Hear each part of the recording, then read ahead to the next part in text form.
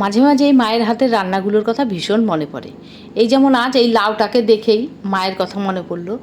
আমার মা কিন্তু এই লাউ দিয়ে, কুল দিয়ে আর চিংড়ি মাছ দিয়ে একটা অসাধারণ টক তরকারি রান্না করতো, ভীষণ ভালো লাগতো খেতে।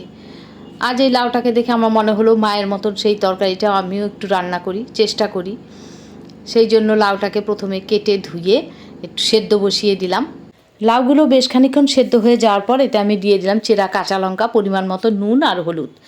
আর এরপর দিয়ে দিলাম ধুয়ে রাখা কুলগুলো। কুল যদিও এই সময় পাওয়া যায় না, আমি সংরক্ষণ করে রেখেছিলাম কুলগুলো।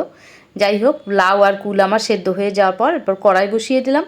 কড়াইতে তেল গরম করে শুকনো লঙ্কা আর পাঁচ ফোড়ন দিয়ে দিলাম বেশ খানিকটা পেঁয়াজ কুচি। পেঁয়াজ কুচিটা হালকা ভাজা ভাজা করেই আগে থেকে ধুয়ে নুন হলুদ মাখা ছোট ছোট চিংড়ি মাছগুলো দিয়ে দিলাম।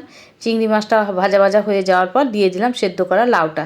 আমি আর এতে নুন দেবো না, কারণ আগেই আমি পরিমাণ মতো নুন দিয়ে রেখেছিলাম লাউ সেদ্ধতে।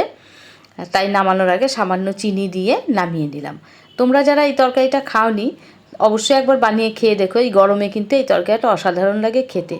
তবে আমার ছেলেদের কাছে কিন্তু আমার আজকের রান্নায় তরকারিটা খুবই ভালো লেগেছে। আমার কাছে তরকারিটা আজ খেতে ভালো লাগলেও কিন্তু এই তরকারিতে একটা অভাব ছিল, সেটা ছিল আমার মায়ের হাতের সেই ভালোবাসার ছোঁয়া। আর মায়ের রান্না মানেই তো মায়ের হাতের জাদু।